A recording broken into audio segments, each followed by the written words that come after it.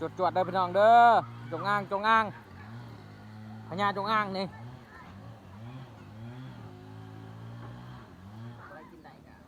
ประมาณว่าป้ายป่ะฮอน2 ว่าฮอนบ่ว่าป้ายเนาะ2 เมตรป้าย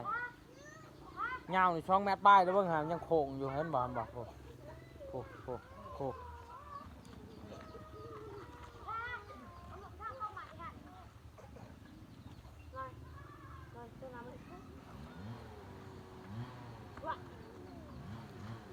ว้า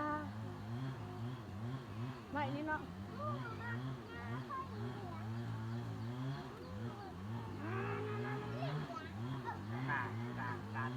การดำลักษณะคือคายชิงเสือเลยเนาะเพราะชิงเสือย่ำนี้มันเป็นเขียวอีก